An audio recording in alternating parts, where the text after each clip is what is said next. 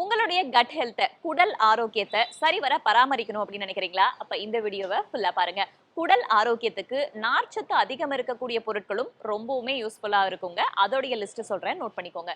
முதல்ல லென்டில்ஸ், அதாவது பருப்பு வகைகள். இதுல சால்யூபிள் ஃபைபரும் இருக்கு, இன்சால்யூபிள் ஃபைபரும் இருக்கு. அது மட்டும் இல்லாம உங்களுக்கு எனர்ஜி பூஸ்டாவும் இருக்கும், அயனையும் சேர்த்தே கொடுக்கும். அப்படின்றதுனால பருப்பு வகைகளை நீங்க நார்ச்சத்துக்காக எடுத்துக்கலாம். ரெண்டாவது ஆப்பிள்ஸ். ஆப்பிள்ஸ்ல பெக்டின் அப்படின்ற ஒரு பொருள் இருக்கு. அது மட்டும் இல்லாம இதுல சால்யூபிள் ஃபைபரும் இருக்கு, ப்ரோபயாட்டிக்காவும் இது மாத்தி ஆக்ட் பண்றதுக்கான வாய்ப்புகளும் இருக்கு.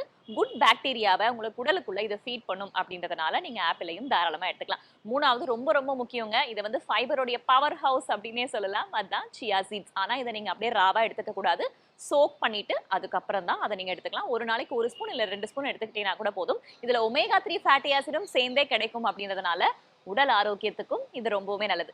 நாலாவது ப்ராக்லி. இதுல இன்சால்யூபிள் ஃபைபர் இருக்கு, இதுவுமே உங்களுடைய உடலுக்கு ரொம்பவுமே நன்மை பயக்கக்கூடியதா இருக்கும்.